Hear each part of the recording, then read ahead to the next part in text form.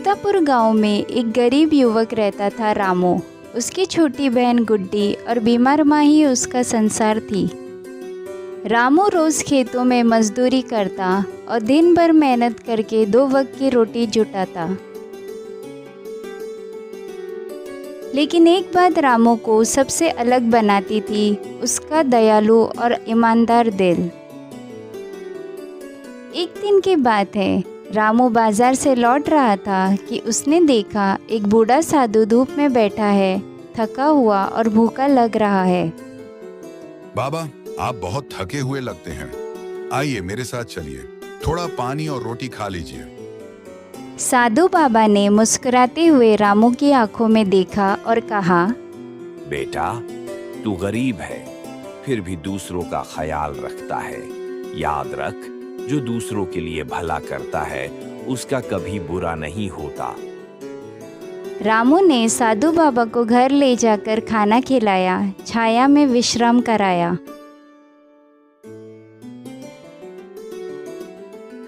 बाबा, आपके आशीर्वाद से ही मेरा भला होगा। लेकिन जाते जाते उन्होंने एक छोटा सा पोटली नुमा थैला रामू को दिया। जब तुम्हें लगे कि अब कोई रास्ता नहीं बचा, तब इसे खोलना। रामू ने वो पोटली संभाल कर रख ली और फिर रोज की तरह अपने काम में लग गया। कुछ ही दिनों बाद रामू की माँ की तबीयत अचानक बिगड़ गई। रामू के पास इलाज के लिए पैसे नहीं थे। वो हर दरवाजे गया, हर जान पहचान से मदद मांगी, लेकिन कोई सहायता नहीं मिली। गांव का सबसे अमीर आदमी श्यामलाल उसे देखकर हंसने लगा।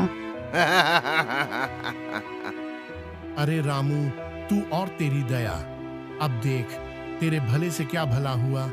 पैसे होते तो माँ को इलाज दिलाता, दया से रोटी नहीं मिलती। रामू चुपचाप लौटा। उस रात आंसू भरी आंखों से उसने वो पोटली निकाली और खोली।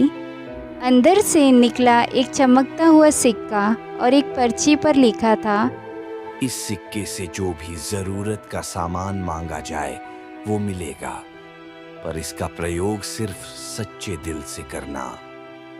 रामू ने डरते हुए सिक्का हाथ में लिया। माँ की दवा मिल जाए बस।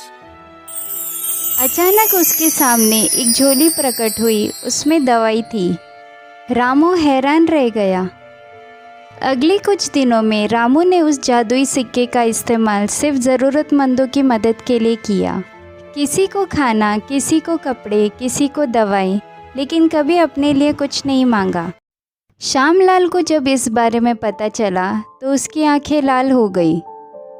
अगर वो सिक्का मेरे हाथ लग जाए तो मैं तो राजा बन जाऊं। उसने रामू से दोस्ती दिखाने की कोशिश की।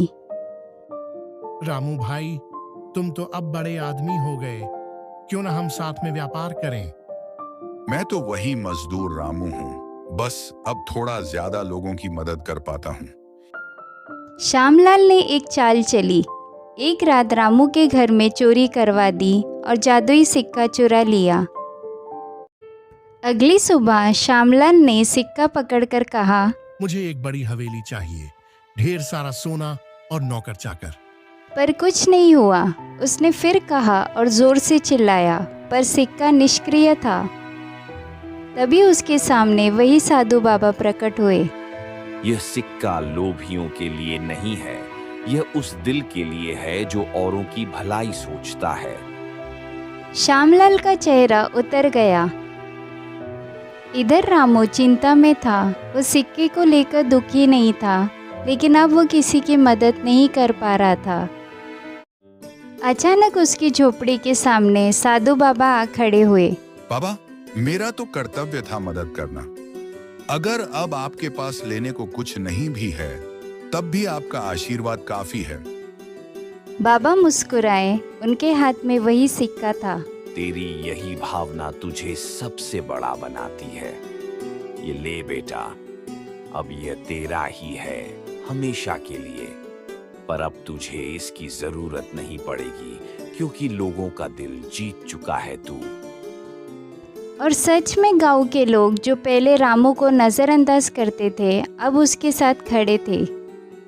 सब ने मिलकर एक छोटी सी क्लिनिक बनाई, एक अनाज भंडार बनाया जहां ज़रूरतमंदों को मुफ्त खाना मिलता। रामू अब गांव का सबसे सम्मानित और प्रिय इंसान बन चुका था। जब आप दूसरों के लिए भला करते हैं तो ज़िंदगी किसी न किसी रूप में उसका भला लौटा ही देती है। अगर आपको ये कहानी अच्छी लगी हो तो प्लीज़ लाइक और सब्सक्राइब करें।